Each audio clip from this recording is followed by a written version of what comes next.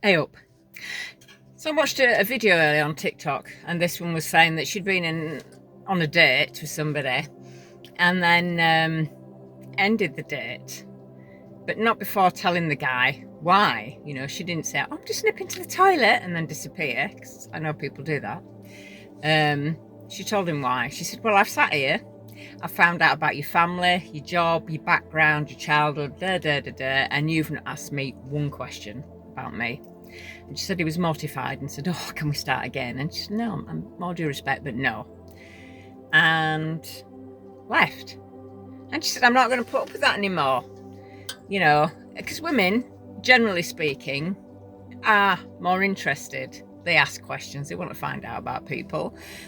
And men just sit there going, "Oh, me, me, me, me, me, me, me, me, me, me, me, me." Again, generally, if you're getting a bit irked, if you're a bloke and you don't like that, is it because it's a bit near the knuckle? I don't know. But if you know you're a man who asks questions and takes an interest, then obviously I'm not talking about you.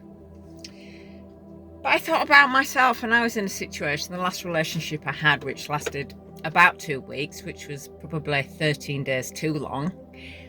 But I did the same with this guy, and he was happy to lap it up. You know, I encouraged him about, with his YouTube channel, and I listened, asked him questions, and blah, blah, blah, blah.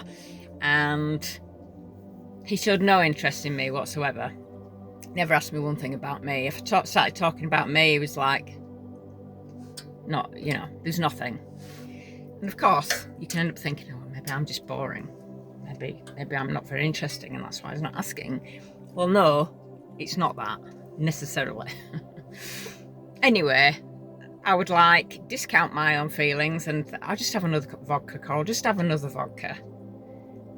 And it was a vodka and a little bit of ganja that kept that situation alive for 2 weeks, until I thought, no, I don't want to drink every day, which is what I was doing with this guy. I don't want to do that.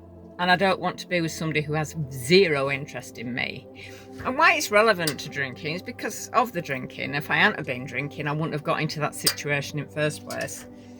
And if I had, it wouldn't have lasted a whole 2 weeks. Can anybody relate to that?